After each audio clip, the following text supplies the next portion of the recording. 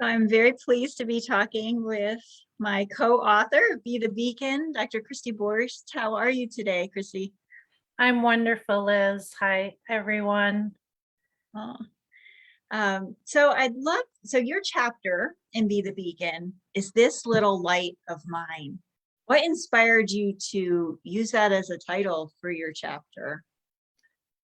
The title actually was a little bit elusive to me for a bit, but the story really is about that little light that we all have, and that I believe we're here to radiate. And my own personal kind of reconnection with a part of myself, a really huge part of myself that I'm living as now, that I shut down as a child. So, that song, this little light of mine, I'm going to let it shine, let it shine, let it shine, let it shine, was part of my childhood. It was also even part of my adulthood as a Sunday school teacher for a while, but I was sort of not connected with that light. Mhm. And I know the work that you do, you're a intuitive spiritual healer and founder of Perspective Reboot, which is an energy healing process. And so I love in your chapter that you open up with this idea of someone telling you that you're a healer and you having difficulty accepting that, right? Having difficulty owning that. So that really stood out to me because I know for me and a lot of people I've talked to, they can't see that light in themselves, and other people from the outside could see it.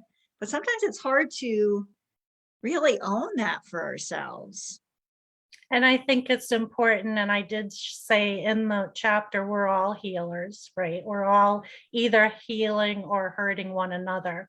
So the hesitancy, I believe, in my own experience of owning that I was a quote unquote great healer, was that part of myself had been shut down when I was a child.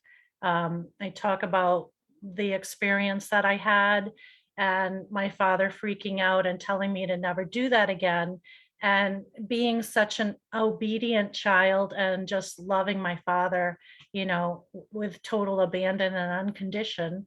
I really hid that part of myself so well that I forgot it was there. And I think that this is part of the work that I do. Is I have this vision now, Liz, that I see the hide and seek game that we individually play. In mine, it was, I have these healing abilities that I forget about. In someone else's, it may be that they're a wonderful singer, but they were told as a child, they sounded terrible and they shut that part of themselves down. So, it plays out for us in many different ways. But Hmm. I'm the sleuth now, I and love that. I can kind of help people remember, bring back into their conscious awareness whatever aspect of light that they either are avoiding. And I tried to kind of communicate this in an earlier interview with Davia. Sometimes those things that we're avoiding are actually like our gateways to Mm, more and better. mm. Oh, that's so true, right? Yeah, it might be that thing, that step that we need to take to things that we can't really imagine at the time, right? I know that's certainly been true in my life, but there's reasons that we like put up a wall to those things. So that's so cool. That I love the image of you as a sleuth to try to investigate what it is so that you can help people find their light and get into that space. I know there's different ways that you do this. Do you want to talk a little bit about I don't know if it's modalities or ways that you work with people? Well, I'm it's part of what my, I guess I would say, gift from spirit is that I am intuitive. I'm a clairvoyant, clairaudient, clairsentient, um, clair, whatever the other one is. all the Can't think. Claires. Yeah, all the clairs. Yeah.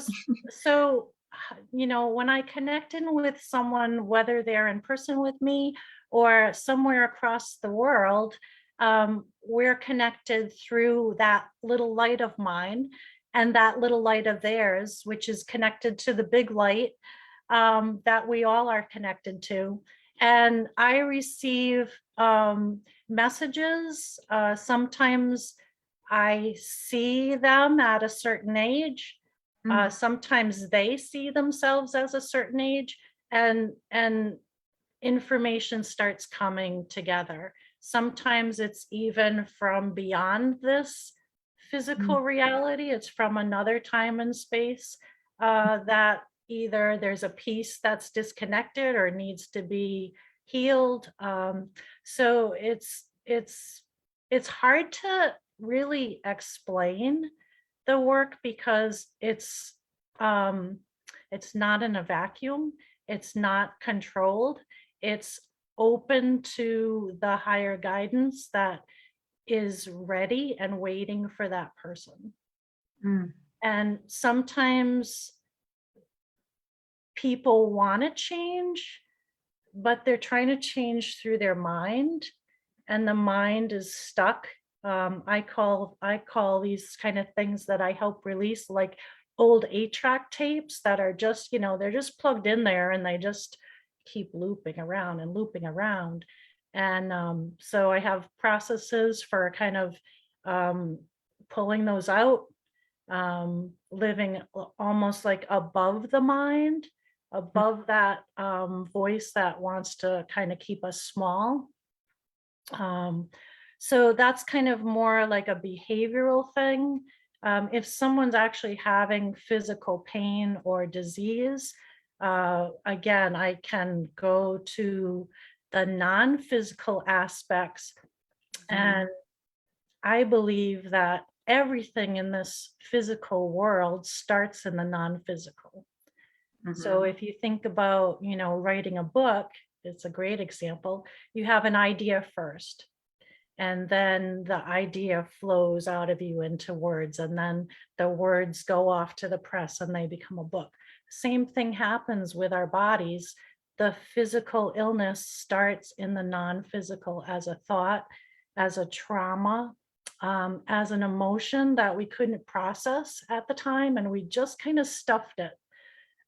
So many times physical pain and disease are actually our body reporting back to us what needs to be shifted in the non-physical.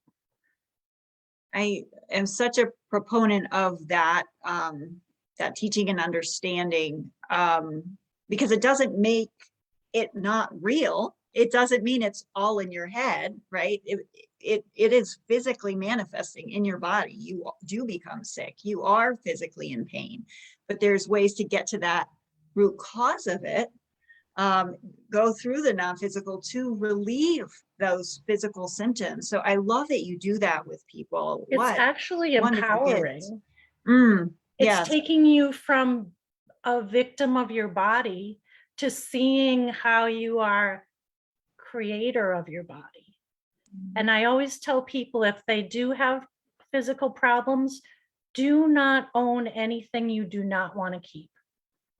So do not say, I have XYZ, because then you're almost telling your body to hold on to that vibe of whatever that is. So, just be open to healing and growing and expanding, and that's what you're going to start to experience. And I know before we hit live, you were sharing with me a chakra experience that you are doing with people now. Could you talk a little bit about that? I might be wording. Yes, sure. In addition to the one-to-one session work that I do, I have offered group sessions, and one of those series was a chakra healing, expanding, clearing series. So I have that offered as a bundle. So it's really 7 individual sessions that the person can do in order, or they can do, skip around.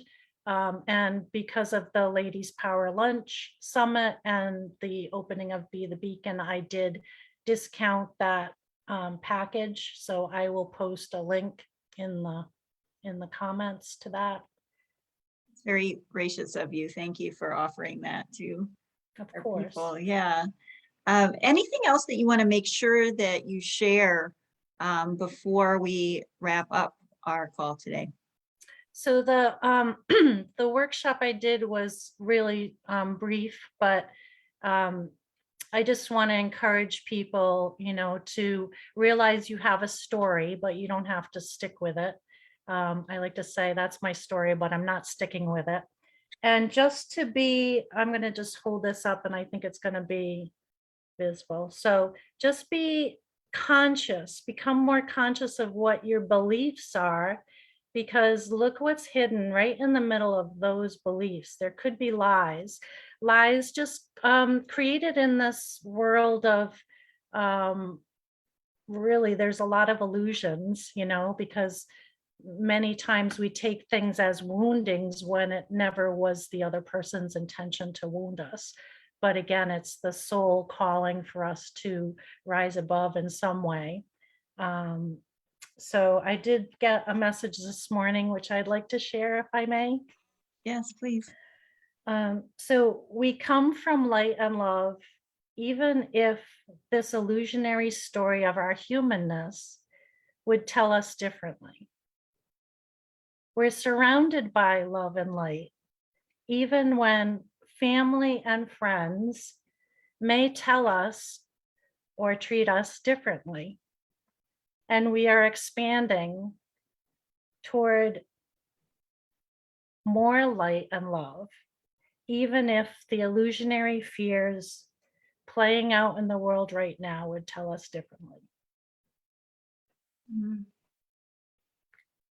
Thank you so much. Yeah. Yeah, that's very powerful. Mm. So thank you so much for your support on this Be the Beacon project. It was such a sweet ride, and Good. I've enjoyed And meeting people through it. And yeah, yeah, I'm so grateful that you found us in kind of a serendipitous way to come in a synergistic way. It's very lovely that we got to have you as part of this book. I'm so grateful for you. How do people get in touch with you when they want to learn more about the work that you're doing, maybe do a one-on-one session with you? How do they my get? my website is Healing Resonance, the number 4.me. So Healing Resonance for me. I can again post that in the chat, or just come on to my Facebook page and there's a link there.